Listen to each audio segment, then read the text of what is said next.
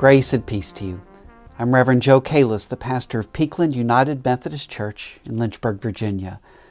I'm posting videos each Wednesday sharing devotions, reflections, church news, and book studies. Today is Wednesday, May 10th, 2023. Do you remember where you were and what you were doing on Friday, March 13th, 2020? Do you remember that day, Friday, March 13th, 2020? I remember exactly where I was and what I was doing. That morning, I was waiting to get a haircut from my barber in Lexington, Virginia, and I received a text from Dave Rochford, who is my district superintendent. Dave texted me, "Joe, in the next 20 minutes, the bishop is recommending that our conference churches suspend worship this Sunday and next Sunday to slow the advance of the virus." That was the text, and that was the day that changed our churches. We stopped in-person worship, not just for the last 2 weeks in March 2020, but for several weeks. And for some of our churches, it was months before we were worshiping in person again. I learned how to create an online worship experience for Trinity, where I was the pastor, and I know the staff and worship leaders at Peakland did the same as well. Most of our essential church meetings were held through Zoom, and as the whole world closed, we in the church had to improvise and recreate our ministries and our lives together. Today, just over 3 years later, we at Peakland are prayerfully considering how we forge a new path in a post-COVID world. Forging a New Path just happens to be the name of this book that I am reading and discussing on Monday nights here at Peakland. I'm eager to share my insights in this book, not just with those in person in the class, but with you online as well. This book was written by Reverend Rebecca Simon Peter, a United Methodist pastor who has created a church leadership program called Creating a Culture of Renewal, which I've been participating in for 2 years now.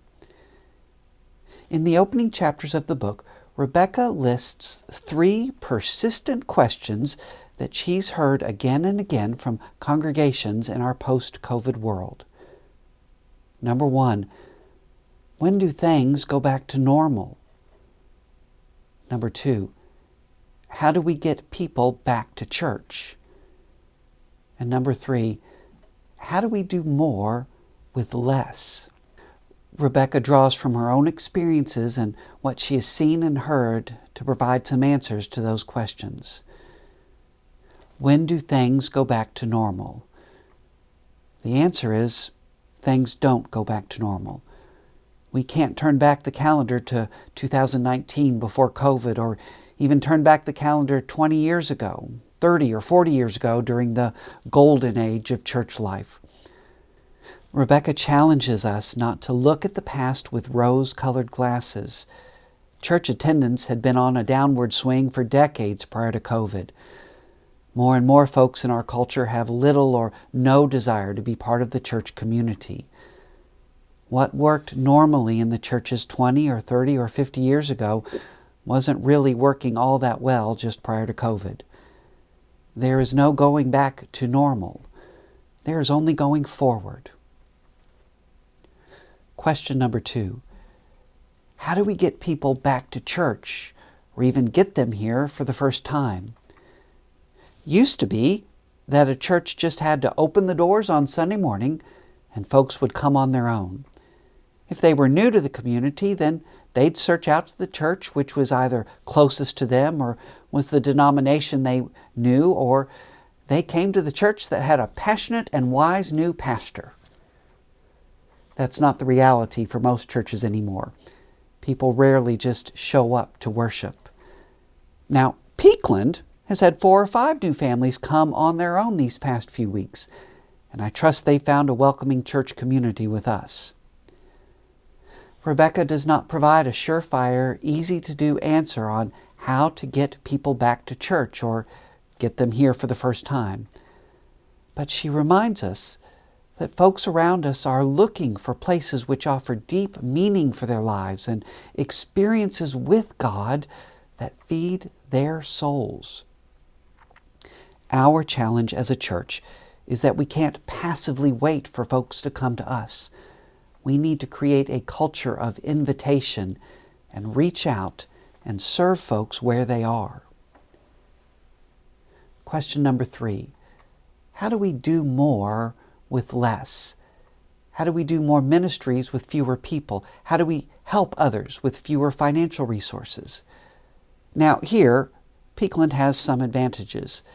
We have a strong tradition of church members and talented staff members serving and ensuring that the church ministries here are strong and vital. Throughout the season of Lent and now into Easter, we have raised nearly $13,500 for 7 helping agencies in town. But the question remains even for Peakland. How do we do more? Well, last year, from September through December, Peakland prayerfully considered how we could do more. What was Christ's vision for Peakland in our post-COVID world? We talked with community members and with church members, and we articulated our passions and our hopes that we would come together as a united congregation and we would better serve those in our community. We adopted our vision statement, reaching out, serving all, and extending God's table. And since then, Peakland has looked for the ways to live that out. We've had united worship services and pancake suppers and an Italian night potluck. We have reached out to Bedford Hills Elementary and Miriam's House and United Methodist Family Services. That's a good start, but we want to do more.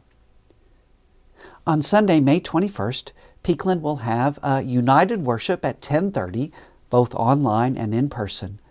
We'll have a meal together, and after worship, we'll talk together about the new ways that Christ wants us to be reaching out, serving all, and extending God's table. In her book, Rebecca cites the Old Testament prophet Ezekiel, whom God sat down in a valley of dry bones. God asks the prophet, "Can these dry bones live? Can these lifeless, dead bones live again?" Ezekiel knows he can't get the bones to live again. But with the Spirit of the Lord reviving them, the old bones gain new life and new vitality, and they live again. I trust the same Spirit of the Lord will guide us as we forge a new path, together with Christ and together with each other. Next Wednesday, we'll look back through history to the other times plagues and upheaval disrupted church life and how the church best responded. Thanks be to God.